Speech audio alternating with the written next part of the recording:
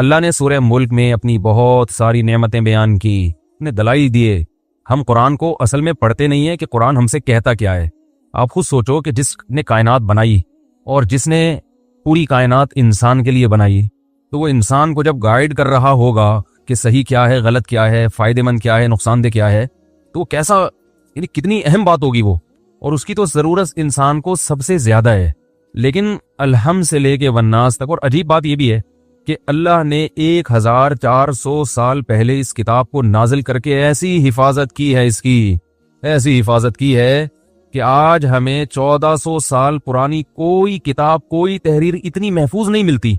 कोई दुनिया को चैलेंज है, कोई दिखाओ ऐसी किताब। इसकी वजह भी वही है कि भाई अल्लाह का कलाम है, अल्लाह ने अपने बंदों से बातचीत की है, बड़ी इंपॉर्टेंट बात है, बहुत अहम बात है, तो वो ज़ाया हो जाए।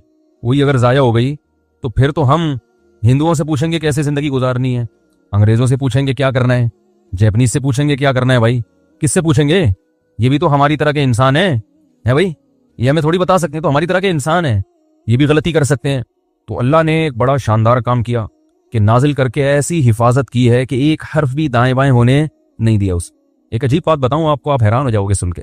एक अंग्रेज ने रिसर्च की है, तहकीक की है कि अगर कोई शख्स अपनी लिखी हुई तहकीक को हमेशा महफूज रखना चाहता है, महफूज का मतलब इस तौर पर कि लोग हमेशा उससे फायदा उठाएं, तो उसे चाहिए कि वो तहरीर अरबी में लिखे, किसी और जबान में नहीं आ रही बात। वजह उसकी ये कि उसने ये लिखा है कि हर जबान चेंज हो रही है और कुछ वक्त के बाद वो मुकम्मल चेंज हो चुकी होती है सिवाय अरबी के। यानी उसने खुद ये इतराफ किया कि आज आप 150 साल पुरानी इंग्लिश की किताबें पढ़ें तो आपकी समझ में, बोलो भाई, नहीं आएंगी। उसने कहा 150 साल के बाद आज की इंग्लिश उस नस्ल की समझ में नहीं आएगी जो 150 साल के बाद पैदा होंगे। तो क्या आज की किताबें उनकी समझ में आ जाएंगी? मैं टीवी में आ रहा हूं, बोलो भाई, तो फिर बोले ना, कुछ जवाब तो दें। 150 साल के बाद, 150 साल के बाद आज जो इंग्लिश की बुक्स हैं, जो इंग्लिश में रिसर्च है, जो लोगों ने लिखी हैं, वो 150 साल के बाद वो किताबें आज की समझ में नहीं आएंगी लोगों के, क्योंकि जबान चेंज हो रही है, इंग्लिश भी, फ्रेंच भी, हर उर्दू भी। देखो इंग्लिश में शेल का इस्तेमाल, शेल का सिर्फ पेट्रोल पंप रह गया है जो आई शेल गो हम लोग बचपन में बोलते थे, आई शेल गो, वो विल पे आ गया सब।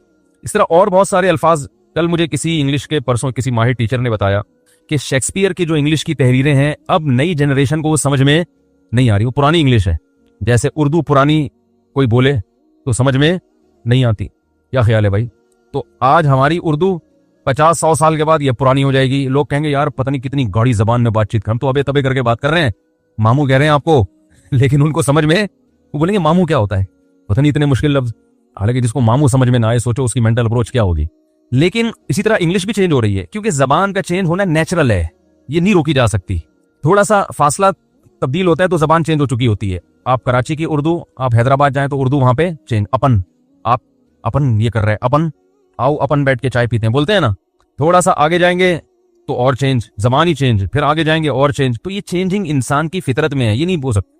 लेकिन दुनिया की वाहिद जबान है। आज मोहम्मद सल्लल्लाहु अलैहि वसल्लम के वालिद अब्दुल्ला अगर इस जमाने में आ जाएं तो वो जो कुछ कहना चाहते हैं, उन्हें अपनी बात लोगों तक, अपना पैगाम लोगों तक पहुंचाने में जरा भी मुश्किल नहीं होगी। 20 मुल्क और 20 मुल्क के रहने वाले लोग उनकी बात समझ रहे होंगे, नहीं आ रही समझ होगा, यानी वो कुछ भी बात करेंगे तो 20 मुल्क की तो सरकारी जबान अरबी है इस वक्त दुनिया में। जो मेरी टूटी फूटी रिसर्च है, हो सकता है इसमें एक आध कमी बेशी हो। तकरीबन 20 ममालिक हैं जिनकी सरकारी जबान क्या है, अरबी, जिनमें अरबी बोली जा रही है और लिखी जा रही है।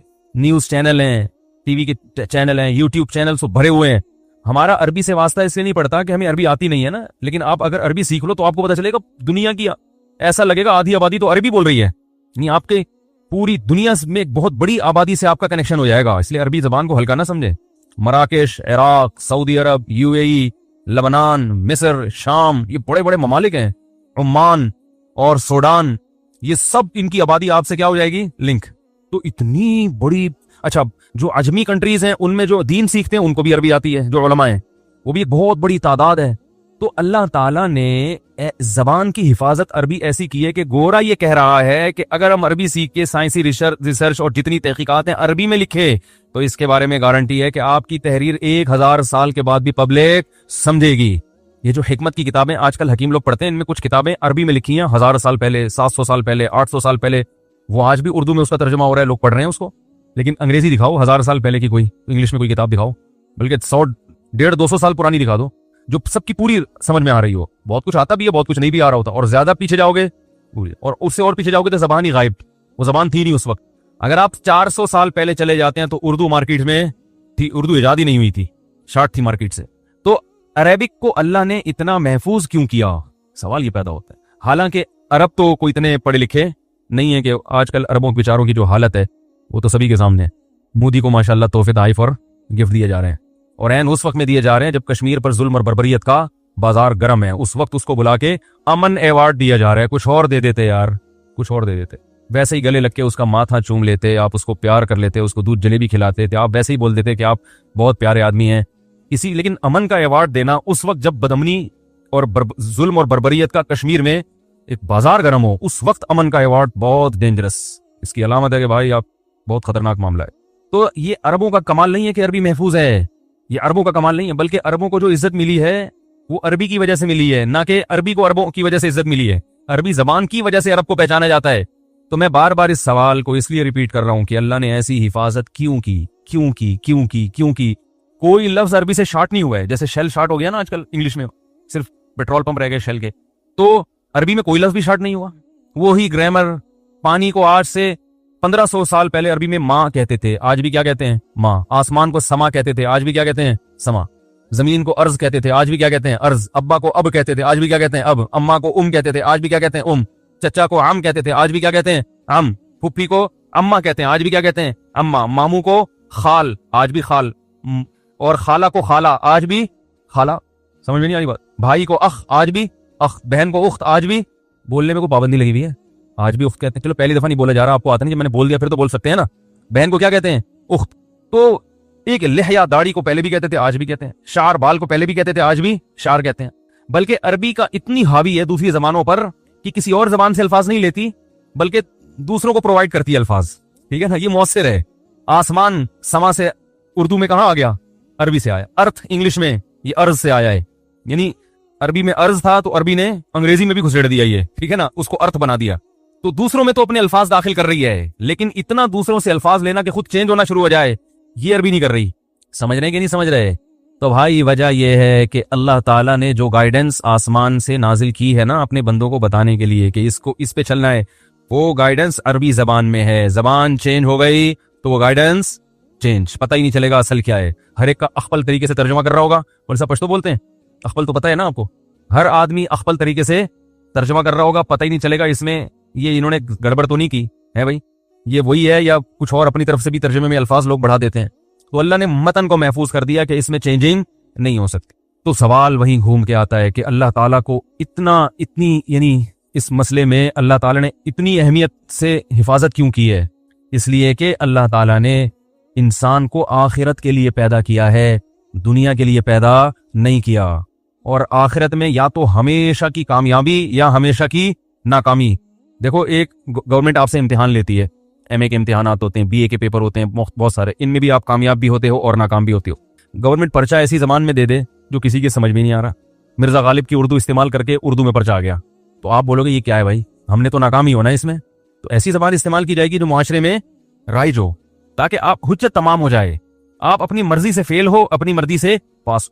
तो अल्लाह ने ऐसी जबान का इंतखाब किया और उसको अल्लाह ने महफूज किया कि वो जबान क़यामत तक चेंज नहीं होगी। 1400 साल तक नहीं हुई ना, अब तो नामुमकिन है, क्योंकि जितनी चेंजिंग जबानों में अब तक हुई है उतनी चेंजिंग अब नहीं हो रही है। तो ग्रामर और जबानों को काफी हद तक सेव कर लिया है। तो 1400 साल में नहीं हुआ, अब वो खुद कहते हैं उनके माहिरीन की अब नहीं हो सकती, इसकी बुनियादें बड़ी मजबूत हैं। तो अल्लाह ताला ने उसी जबान में सूरह मुल्क भी नाजिल की जो हम पढ़ रहे हैं उसी जबान में, और उसमें अल्लाह ने बताया अफमन यमशी मुकिब्बन अला वजहिही अहदा, जिसको भी अरबी ग्रामर आती है ना, ये आयत बहुत आसानी से समझ में आती है। आफामन, आ का मतलब क्या, फा का मतलब तो, मन का मतलब जो, यमशी चल रहा है। देखो यमशी भी उर्दू में आया है, मवेशी कहते हैं ना, मवेशी, माल मवेशी, इनको मवेशी क्यों कहते हैं, चलने वाले जानवर हैं।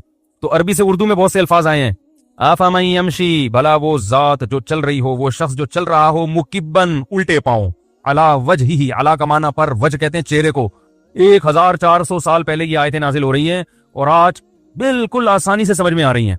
वजहिही, अला वजहिही, जो अपने चेहरे के बल चल रहा हो। आहदा, ये कंपैरेटिव डिग्री है, क्या ज्यादा हिदायत पर है। अम मन, या वो शख्स, अफमन यमशी मुकिब्बन अला वजही अहदा अम्मन यमशी सवियन, या वो शख्स जो चल रहा हो, यमशी सवियन, बिल्कुल बराबर बराबर, अला सिरातिम मुस्तकीम, एक ऐसे रास्ते पर जो बिल्कुल सीधा है। तो बताओ कौन से लाइफ स्टाइल चाहते हो भाई? अल्लाह हमसे पूछ रहे हैं। बताओ मुझे एक बात अपने ज़मीर से, मैं भी अपने आप को खिताब कर रहा हूँ। सुबह उठ के पता होता है कि हम करना क्या है, हमारा विजन क्या है, हमारा हदफ क्या है। मैं अपने आप को भी खिताब कर रहा हूँ, मैं कोई आपको मलामत नहीं कर रहा, मैं भी बड़ा नालायक हूँ, ये इसलिए बयान कर रहा हूँ, अल्लाह मुझे भी हिदायत दे। सुबह उठ के पता चलता है कि हमारा विजन क्या है, हदफ क्या है, कुछ पता नहीं होता। गोरों को पता होता है विजन क्या है, लेकिन गलत विजन बनाया होता है उन्होंने। उस पे आप उनसे बहस करें तो साबित कर सकते हैं कि ये तुम्हारा विजन क्या है, गलत। जिस चीज को तुमने हदफ बनाया वो हदफ बनाने के काबिल नहीं है। लेकिन हमारा तो सिरे से कोई हदफ ना गलत ना सही। जॉब करनी पड़ती है मजबूरन कि रोटी तो बहरहाल पेट में जाए ना, भूख लगेगी, वो तो मजबूरन, वो भी कोई हदफ नहीं है। पढ़ लेते हैं कि यार अब कल्चर यही है कि स्कूल जाना है, फिर कॉलेज जाना है, फिर यूनिवर्सिटी जाना है, वो जाहिर है सब यही कर रहे हैं तो हम भी यही करेंगे। जॉब मिल जाए, पढ़े लिखे लोग जरा अच्छे लग रहे होते हैं देखने से, थोड़ा इंग्लिश आ जाएगी। हमारे उस्ताद इंग्लिश को बोलते थे इंग्लिश, ठीक है ना, तो वो कहते थे इंग्लिश को सीधी तरह से बोलने में मजा नहीं, इंग्लिश को थोड़ा स्टाइल में बोलो तो फिर वो इंग्लिश बनती है। तो वो इंग्लिश को क्या कहते थे, इंग्लिश।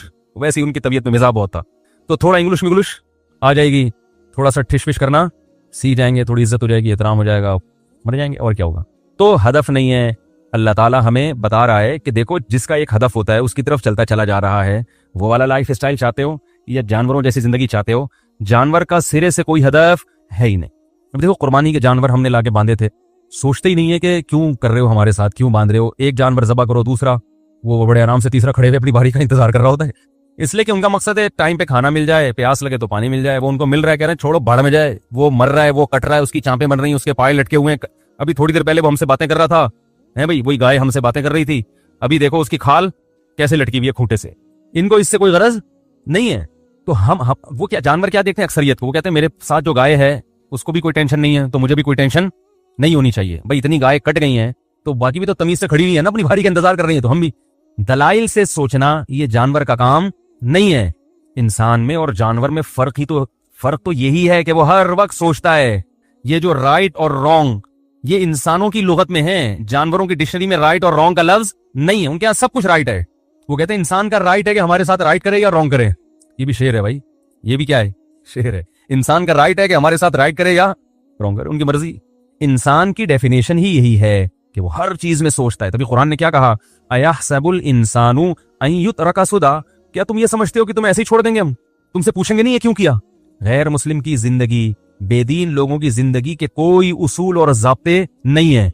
उनसे अगर आप पूछो ना ये क्यों किया, उनके पास इस क्यों का कोई माकूल जवाब नहीं होता। जवाब होता है, माकूल जवाब नहीं होता।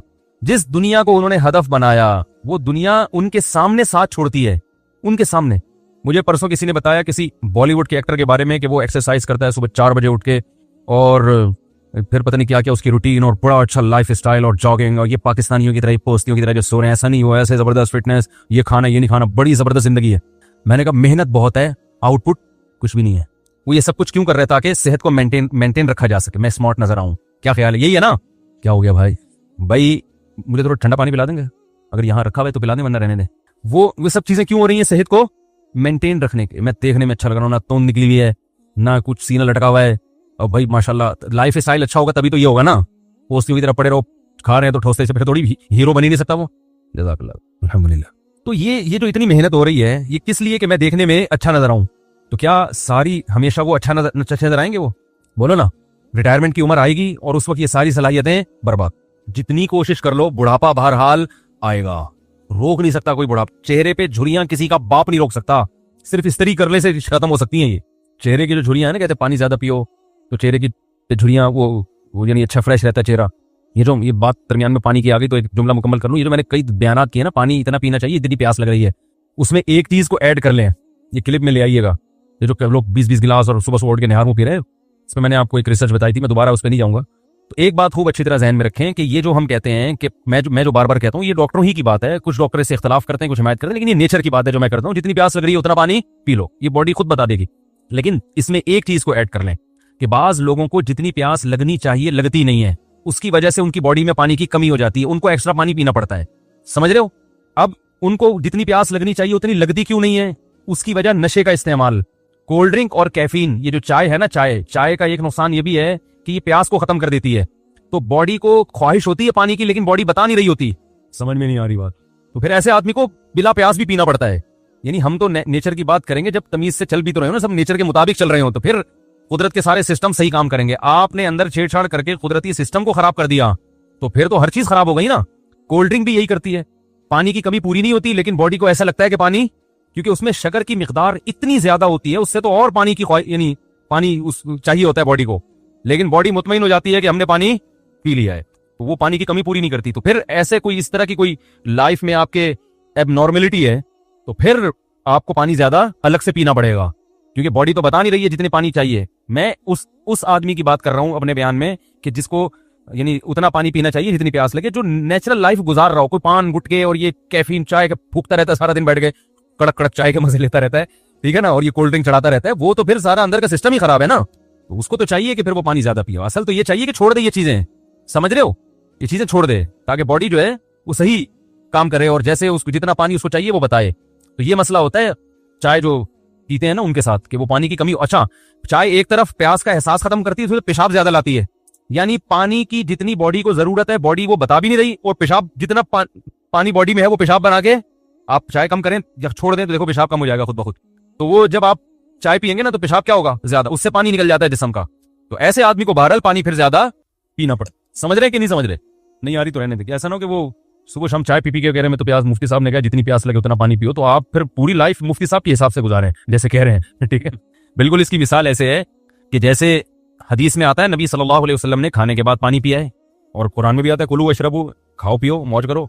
मजा भी खाने के बाद ही आता है पानी, लेकिन फिर खाना भी इतना जितना ना तमीज से इंसानी फितरत है, ठोसता जा रहा है ठोसता जा रहा है ठोसता जा रहा है, फिर खाने के बाद पानी पियोगे तो क्या होगा, नुकसान होगा। तो फिर वो फिर यानी फिर वो हदीस इस पे चश्मा नहीं आएगी। जब भी किसी हदीस को फॉलो किया जाता है तो पूरा फॉलो किया जाता है, आधा हदीस ले लिया आधा अपना कल्चर ले लिया, कहीं के भी नहीं रहे, ठीक है ना। तो इसी तरह ये जो मैं कहता हूँ पानी बॉयल ना करें, यही कच्चा पानी पी लिया करें, तो ये भी जब है जब साफ आ रहा हो। अगर ये बारिशों का गटर का मिलावा आ रहा है फिर खुदा के बंदे उबाल के पियो, फिर मैं नहीं कह रहा कि कच्चा पिया करो। वैसे बॉयल करके पानी पीने से क्या होता है कि आपको उसकी ऐसी लत पड़ेगी कि फिर आप में रेजिस्टेंट पावर खत्म हो जाती है। जरा सा भी आपने कहीं पानी पिया, किसी होटल में बीमार हो जाते हैं। तो इतना छुई मुई ना बनाओ अपने आप को। तमाम पैगंबरों ने कच्चा पानी पिया है, सहाबा ताबीन सब यही पीते थे, ये फितरत है इंसान की ऐसे सादा, लेकिन वो साफ होना चाहिए। साफ का मतलब चश्मे का पानी हो या बोरिंग का साफ सुथरा। लाहौर का पानी इतना मीठा इतना बेहतरीन पानी है, वो भी लोग उबाल उबाल के पी रहे हैं। अगर लाहौर के पानी में बदबू आ रही है, कोई गटर लाइन है, फिर तो ठीक है, वरना भाई वो जो साफ पानी आ रहा है, जो बोरिंग का पानी है, जो मीठा है, उसको लेबोरेटरी टेस्ट भी करवा ले एहतियातन, तो वो बेहतरीन पानी है, उसको आप पिए, उसको खाम में बॉयल न करें। हाँ, कुछ बीमार हो जाए, पेट खराब हो जाए, फिर बॉयल करके पिला दें, लेकिन नॉर्मल। लेकिन ये मैंने बताया कि मैं जो कह रहा हूँ ये नॉर्मल पानी के बारे में, जो अभी बारिशों में गटर लाइनें मिक्स, अभी बारिश में मैं बाहर निकला हूँ, हर गटर उबल रहा है, हर गटर उबल रहा है। तो इतनी बारिशों से नहरें जारी नहीं है जितनी गटरों से नहरें जा रही हैं, काले काले पानी जो है वो, तो क्या हाल होने वाला है, अल्लाह बचाए यार। कराची का तो भंगी खाना बना दिया हुक्मरानों ने। तो खैर, तो बात क्या चल रही थी? हाँ, तो बुढ़ापा तो आएगा, क्या ख्याल है? तो वो कहते हैं ये करो, यूं ऐसे जिंदगी गुजारो, फिर भी आएगा बुढ़ापा। तो जब ये इतनी एक्सरसाइज जो आदमी कर रहा है, सुबह सुबह उठ के ये कर वो कर रहा है, यूं कर रहा है, और ऐसा लाइफ स्टाइल, इसका हदफ क्या है? मैं देखने में अच्छा लगूं, बस, इसके अलावा कोई हदफ नहीं है। तो ये कोई बड़ा विजन नहीं है, ये कोई बहुत बड़ी सोच नहीं है जिसके लिए आप इतनी मेहनत कर रहे हो। और आप एक वक्त के बाद किसी को भी खुदा की कसम अच्छे नहीं लगो, अपने आप को नहीं लगोगे, शीशे में खड़े होकर बोलोगे यार ये क्या है यार ये। जो एक्टर इतनी मेहनत कर रहा है सुबह सुबह उठ के, एक दिन एक वक्त आएगा कि शीशे में खड़े होकर बोलेगा यार ये क्या है, तू मरता क्यों नहीं है। वो क्या है, एक बच्चे ने देखा कि जो है ना वो दादी इस्त्री कर रही है ना, तो पूछा कि क्या कर रही है, बेटा सलवटें आ गई हैं कपड़े पे, तो मैं इस तरीके से क्या कर रही हूँ दूर। तो कहने लगा दादी फिर अपने चेहरे पे भी कर लें। बच्चे तो बड़े आजकल बदतमीज है ना, कि ये क्या करें अपने चेहरे पे। दादी ने कहा बेटा ये सलवटें जब आती है ना बुढ़ापे की वजह से, ये फिर दुनिया में कोई ताकत दूर नहीं कर सकती। तो आप वर्जिश करें, सुबह 4 बजे उठें, इसलिए कि मैं जिस्मानी तौर पर फिट रहूंगा, सेहतमंद रहूंगा, सेहतमंद रह के मैं अपनी भी और कौम की भी अच्छी खिदमत कर सकता हूँ, अल्लाह की इबादत कर सकता हूँ। बीमारियों में घिरा इंसान दूसरों पर बोझ बनता है, मैं बोझ नहीं बनूंगा, बल्कि मैं लोगों की खिदमत करूंगा, मैं इबादत करूंगा, मैं रोजे रखूंगा। जो कुव्वत होती है तो रोजा रखता है ना इंसान, ताकत होती है। मैं अल्लाह की राह में जब लड़ने का वक्त आया तो लड़ूंगा। अभी देखो ये हुकूमत जरा सा बॉर्डर खोल दे और पाकिस्तानियों को बोले कि निकलो, तो हमारे यहाँ लोग 4 बजे नहीं उठते, 12 बजे उठते हैं, लेकिन 12 बजे उठ के कहाँ जाएंगे, सीधा है भाई, सीधा बॉर्डर पे पहुंच जाएंगे। हुकूमत थोड़ा सा बॉर्डर खोल दे कि भाई पाकिस्तानी अवाम आ रही है, जहां जहां कश्मीरियों पे जुल्म हो रहा है, जो जो लोग जुल्म कर रहे हैं उन जालिमों को पकड़ने के लिए हमने थोड़ा सा बॉर्डर खोला है। 1 फुट खोल दे बस, खाली 1 फुट, बल्कि 1 फुट की भी जरूरत नहीं है, 6 इंच खोल दे, हम जगह खुद बना लेंगे उसमें से, ठीक है ना। तो देखो हमारी कौम के लोग कैसे पहुंचेंगे, इसलिए कि एक बड़ा विजन सामने आ जाएगा ना, एक बड़ा विजन आएगा सामने, भाई जुल्म से रोकना है, जालिम का गिरबान पकड़ना है। मुझे केपीके से किसी ने मैसेज भेजा कि सिर्फ पठान छोड़ दो वहां पे कश्मीर में, पठान ने भेजा मैसेज, वो जो थे ना वो कह रहे हैं हुकूमत से बोलो मुफ्ती साहब पैगाम पहुंचाओ कि चंद पठानों को कश्मीर में छोड़ दे। देखो ये जुल्म बंद होता है कि नहीं होता। तो बड़े विजन के लिए इंसान मेहनत करे, बहुत कुछ करे, अच्छा लगता है। छोटी छोटी चीजों के लिए इतनी मेहनत, ओ भाई छोड़ो, क्या करना है अभी। वो जिम में लोग जाते हैं ना, ये कर रहे हैं वो कर रहे हैं, इतनी मेहनत अच्छे बड़े विजन के लिए करो तो बहुत अच्छी बात है, और सिर्फ बॉडी के कट्स बनाने के लिए कर रहे हो तो यार छोड़ो, क्या तुमने कट बना के इतना परहेज करते हैं। एक जिम में बंदे को मैंने देखा 5 साल से रोटी नहीं खाई। मैंने कहा यार ऐसी जिंदगी से तमीज से खाना तो रोटी का ही होता है, तसल्ली से तुमने खाना नहीं खाया यार बॉडी बनाने के लिए। और जब ये जिम छोड़ोगे दोबारा वही और उल्टे सीधे चीजें निकलना शुरू हो जाएंगी मुख्तलिफ जगहों से। तो करें, एक्सरसाइज करें, मेहनत करें। विजन क्या होना चाहिए? ऊंचा होना चाहिए, जज्बा ऊंचा होना है। वो क्या है? आखिरत। एक बात खूब अच्छी तरह समझ लें कि जिस विजन का लिंक आखिरत के साथ ना हो वो बड़ा हो ही नहीं सकता, वो हो ही नहीं सकता बड़ा विजन। और ये ऑप्शन गैर मुस्लिम के पास है ही नहीं। मैं इस बात को एक हदीस से समझाता हूं। हजरत अबू हुरैरा रजी अल्लाह तआला अन्हु थे, कोई और साहबी थे, बचपन में हदीस पढ़ी थी हमने, साहबी का नाम मैं भूल गया। वो दरख्त लगा रहे हैं, दरख्त लगा रहे हैं।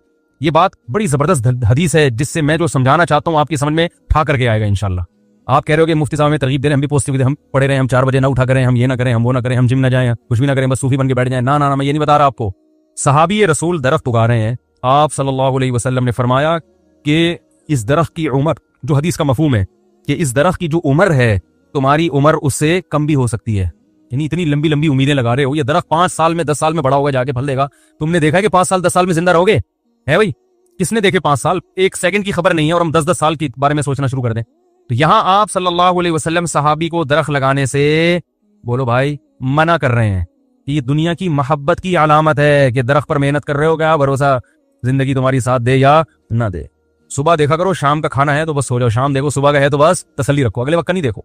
लेकिन दूसरी हदीस है, सही है मुस्लिम की। अब अगर सिर्फ किसी ने ये हदीस सुनी हो तो वो तो दुनिया में किसी काम का, ये जो आधा इल्म है ना, ये खतरनाक होता है। जो नेक लोग आधा इल्म हासिल करते हैं वो बर्बाद हो जाते हैं, बेड़ा गर्क कर देते हैं। ऐसे ही है ना, आधा दिन बता रहे होते हैं तो उससे इमेज जो जा रहा होता है मुसलमानों का, अहले इस्लाम का, बड़ा खराब जा रहा होता है। अब एक तो बता दिया कुलू वशरबू, खाओ पियो, वला तुसरिफू, जो अगली आयत थी वो नहीं, जाया मत करो, ये नहीं बताया। तो ठोस रहे, खाओ पियो, कुरान में आता है खाओ और पियो। तो ये बिरयानी के प्लेट पूरा एक हबीब बैंक की बिल्डिंग बना दी, खाओ यार, अल्लाह ने हलाल दिया, ठोस रहा, फिर जाया किया उधर फेंका। तो आगे भी तो है कि हद से खाने में भी हद, एक एतदाल है। तो दूसरी हदीस में क्या आता है?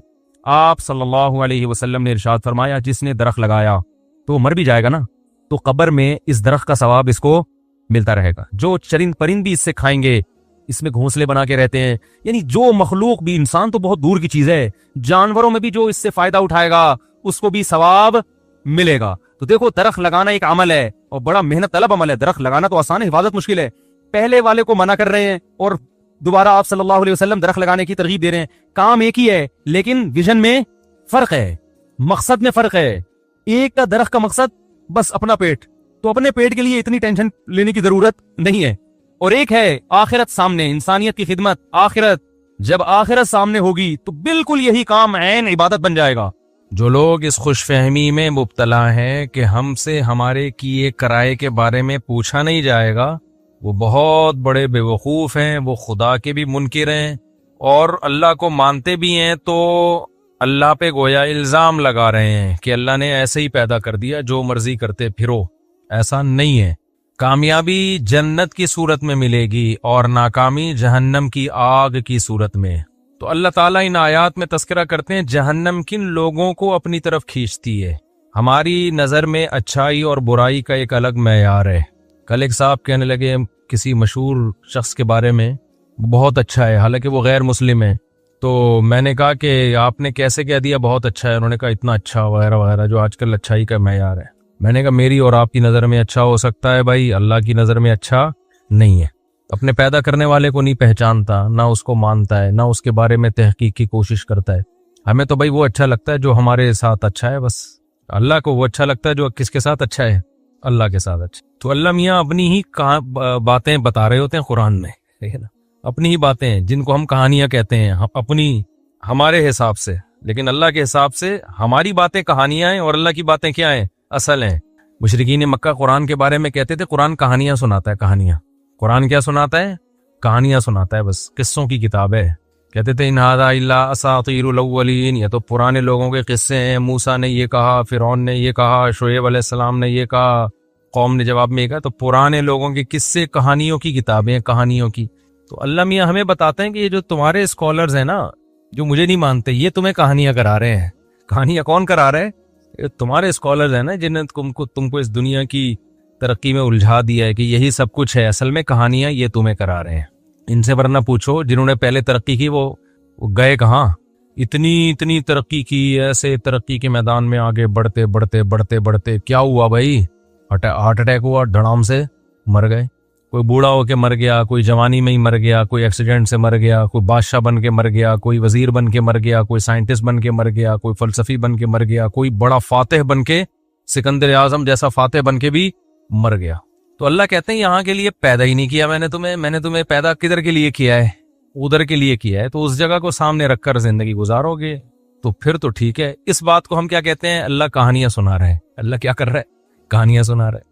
ये जो मुल्हिद लोग हैं, मुशरिक लोग हैं, मुल्हिद लोग, एथियस लोग, सेकुलर लोग, ये कुरान पर यही तो एतराज करते हैं। कुरान हूरों की लालच दे के माज़अल्लाह कहानियां सुना रहा है, हूरों की लालच दे रहा है, जन्नत की नहरों की लालच दे रहा है। भाई ये सब कहानियां हैं। अल्लाह मियाँ क्या कहते हैं? ये तुम्हें दुनिया की लालच दे के क्या सुना रहे हैं? कहानियां। अल्लाह की बातों को कहानी कह रहे हो। वमन अस्दक़ु मिनल्लाहि क़ीला, हालांकि अल्लाह से सच्ची बात किसकी हो सकती है? और इंसान जब इंसान को गाइड करता है उसमें अपने मफादात उसके सामने होते हैं, अपनी ख्वाहिशात होती हैं। तो अपनी ख्वाहिशात जिसके सामने हैं वो जो तुम्हें बता रहा है वो ठीक है, और मैं जो सुना रहा हूँ वो क्या है? कहानियां। अल्लाह कहते हैं मेरा तुमसे क्या लेना देना, मुझे क्या फायदा, मुझे ना तुम्हारी इबादत की जरूरत, तुम्हारी नाफरमानी से मेरा कोई नुकसान नहीं है। हदीस में आता है सारी दुनिया के सारे इंसान जमा हो के अल्लाह के खिलाफ हो जाएं तो समंदर के पानी में सुई डुबो के आप निकालते हैं ना, तो कितना पानी कम हो जाता है। इतना भी अल्लाह की मिल्कियत और हुकूमत को नुकसान नहीं होता। और सारे अल्लाह के फर्मा बरदार बन जाएं तो इतना फायदा भी नहीं होता। अब सवाल पैदा होता है जब ना फायदा और ना नुकसान हो रहा है तो फिर अल्लाह क्यों चाह रहे हैं लोग मेरी फर्मा बरदारी करें? उसका अल्लाह ने जवाब दिया, वइन तशकुरू यरज़हु लकुम वला यरज़ा लिइबादिहिल कुफ्र, कि अल्लाह शुक्र को पसंद करता है, वो चाहता है कि मेरे बंदे मेरी फर्मा बरदारी करें ताकि मैं इनको नवाजूं। बंदों से मोहब्बत करता है, फायदा नुकसान नहीं है, लेकिन उसको अपनी मखलूक से मोहब्बत, और सबसे ज्यादा मोहब्बत किससे है? इंसान से। क्यों भाई? इंसान से बहुत ज्यादा मोहब्बत क्यों है? इसमें क्या कोई सुरखाब के पर लगाए अल्लाह ने अलग से इंसान में? इंसान की तो 2 टके की औकात नहीं है। इतने बड़े बड़े फरिश्ते अल्लाह ने पैदा किए, इतने बड़ी बड़ी, इंसान जिस जमीन पे रहता है उसकी इस कायनात में 2 टके की औकात नहीं। इतनी छोटी सी जमीन है। अभी परसों कोई मुझसे पूछ रहा था हम चांद पे जाएंगे तो जमीन को कहाँ देखेंगे? मैंने कहा ऊपर देखेंगे। वो साहब हैरान हो गए, वो थोड़ा देहाती टाइप के साहब थे, वो कह रहे हैं यार ऊपर क्यों देखेंगे? तो अच्छा, मुझे इस तरह के सवालात में बड़ा मजा आता है जब मुझसे कोई पूछे ना। मैं भी बचपन में बहुत पूछता था इस तरह के सवालात कि चांद जमीन से बड़ा है कि छोटा है, सूरज कितना बड़ा है। ये मुझे बहुत दिलचस्पी थी इन चीजों में। तो मेरे भाई भी मुझसे पूछते थे हम जब जमीन चांद पे जाएंगे तो जमीन को कहाँ देंगे? मैं बड़ा कंफ्यूज होता था, यार वाकई हम जमीन को देखेंगे कहाँ? तो किसी देहाती ने मुझसे ये सवाल पूछ लिया। देहाती थे तो वो शहरी, लेकिन स्टाइल यानी मिजाज देहात गांव वाला। तो मैंने कहा बताओ जब हम चांद पे जाएंगे जमीन को ऊपर देखेंगे नीचे? उन्होंने कहा भाई नीचे देखेंगे, हम ऊपर गए हुए होंगे ना। तो मैंने कहा नीचे देखेंगे तो नीचे अपने पाँव होंगे। जब हम चांद पे जाके जमीन को देखेंगे तो नीचे चांद पे भी तो खड़े ही होंगे ना। तो नीचे क्या आसमान होगा? अगर ये नीचे जमीन होगी तो सर हमारा कहाँ होगा फिर? तो बेचारा घूमता ही रहा वो। मैंने कहा नीचे उतरा चांद से, जमीन पे ही ठीक है, आप जमीन पे ही क्या हो? ये बात यहाँ आपकी समझ में नहीं आएगी। वरना उसूली बात यही है कि जब हम चांद पे जाएंगे तो हम चांद पे यहाँ के हिसाब से ऊपर होंगे, लेकिन चांद के हिसाब से जमीन ऊपर होगी हमारे। क्योंकि ऊपर और नीचे होना ये उमूर इजाफिया में से है। उमूर इजाफी समझते हैं? हाँ भाई। तो हम जब चांद पे जाएंगे, मैं तो कहीं और ही चला गया, तो नीचे जब देखेंगे ना तो नीचे क्या होगी? चांद की जमीन होगी भाई। तो ये ऊपर और नीचे होना ये उमूर इजाफिया में से। इजाफी समझते हैं? ये कोई चीज ना ऊपर है ना नीचे है। नजरिया इजाफत था ना, वो आइंस्टाइन का था, आइंस्टाइन का था मेरा ख्याल है नजरिया इजाफत। वो यही है कि इस कायनात में ना कोई भी चीज खुद से नहीं है। किसी भी चीज को समझने के लिए हम किसी दूसरी चीज से समझते हैं उसको। काला कोई रंग ही नहीं है। सफेद की वजह से काले को क्या कहा जाता है? काला। अगर सफेद ना होते ना तो कालों की बड़ी इज्जत होती, उन्हीं को लोग सफेद कह रहे होते। और सफेद को काले की वजह से सफेद कहा जाता है, गर्म को ठंडे की वजह से गर्म कहा जाता है, ठंडे को गर्म की वजह से। अब मैंने एक साइंटिस्ट है उनसे सवाल पूछा, मैंने कहा इस कायनात का असल टेम्परेचर क्या है? क्योंकि हमें जो गर्मी नजर आती है, मैं टॉपिक पर आ रहा हूँ, आप बोलोगे क्या दर्स कुरान सुनने आती है क्या, किससे लेके बैठ गए मौली साहब? आ रहा हूँ बस। मैंने पूछा कि ये जो कायनात है ना, ये असल में ये उमूर इजाफी जो है ना, इजाफिया जिसे कहते हैं, इसको समझना बहुत जरूरी है। शरीयत में भी इससे मदद मिलती है चीजों को समझने में, बहुत फायदेमंद चीज है ये। इस लॉ को समझना तो मैंने उनसे पूछा कि कायनात का असल टेम्परेचर क्या है। भाई हमें तो सितारों, सैयारों और सूरज की वजह से टेम्परेचर मिलता है ना। तो अगर सूरज की रोशनी नहीं मिलती तो हम जीरो पे आते हैं, जीरो से फिर माइनस पे आते हैं। तो अगर बिल्कुल ही कहीं हीट ना हो जरा सी भी, तो फिर क्या माइनस कहां तक होगा। 1 घंटा मैंने कोशिश की, उनको सवाल ही समझ में नहीं आ रहा था ये पूछ क्या रहा है। तो मैंने कहा छोड़ो ऐसे ही ठीक है। तो अभी भी मेरा सवाल है कि कोई तो टेम्परेचर असल होगा ना, कि अगर कायनात में कहीं भी हीट ना हो तो फिर इस कायनात का असल ओरिजिनल टेम्परेचर होता क्या है वो, यानी हम आज की डिग्री के हिसाब से अगर नापे। तो हो सकता है मेरा सवाल ही बेवकूफों वाला हो, लेकिन वल्लाहु आलम मुझे इसका जवाब अभी तक किसी ने दिया नहीं।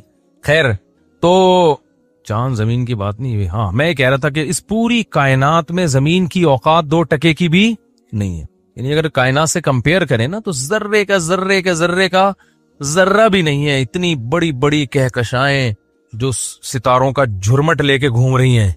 एक एक सितारा सूरज से लाखों गुना बड़ा, और सूरज हमारी जमीन से 9 लाख गुना बड़ा। जब 9 लाख सोचा करें ना, तो सोचें एक जमीन, फिर एक और जमीन, फिर एक और जमीन, फिर एक और जमीन, फिर एक और जमीन, फिर एक और जमीन। इसको भाई थोड़ी नहीं है, बहुत बहुत बड़ा है सूरज। और बहुत बड़ा होने के साथ क्या हीट है, आग का अंगारा है भाई, इतनी हीट है उसके अंदर। तभी तो अल्लाह कहता है वलिल्लाहि खज़ाइनुस समावाति वल अर्ज़, आसमान और जमीन के खजाने किसके पास हैं? अल्लाह के पास। हमारे यहाँ गैस का प्रॉब्लम, आज मेहमान आए और गैस रोटी पकते हुए गैस ही चली गई कराची में।